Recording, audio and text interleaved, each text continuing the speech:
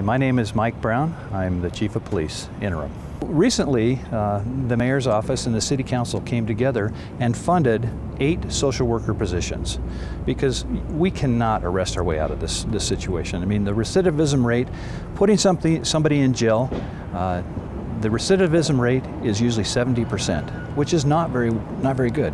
Someone who gets into a program for addiction or alcohol problems is about 40% the recidivism rate. So it's a drastic difference. And so we recognize that just doing the same thing over and over and over is kind of the definition of insanity.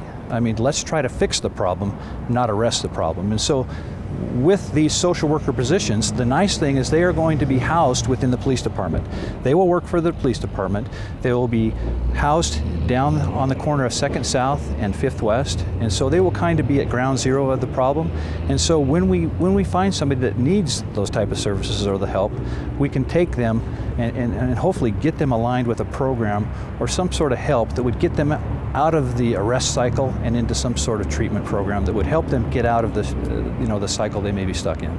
About a year ago, the police department went to a metro bureau, and what we were finding is during that time, officers were assigned to the bureau, the metro bureau, but then they had to go and take calls for service, patrol calls, maybe to Glendale or Sugar House or to Rose Park. They were being taken out of the area that they needed to be in to take care of the things like the shelter, Pioneer Park, those areas that need some sort of constant staffing. And so in June, when I became the chief, one of the first things we did is we reorganized, and we've now named it the Strategic Deployment Bureau. But within that bureau, we've reconstituted the bike squads. So you have the bike squads that typically and historically have worked the Main Street area, the Pioneer Park area, the shelter area. So they've been reconstituted. They're back in force. The nice thing is they're not call responsive, so they can stay in that area and work on the problems associated with those areas.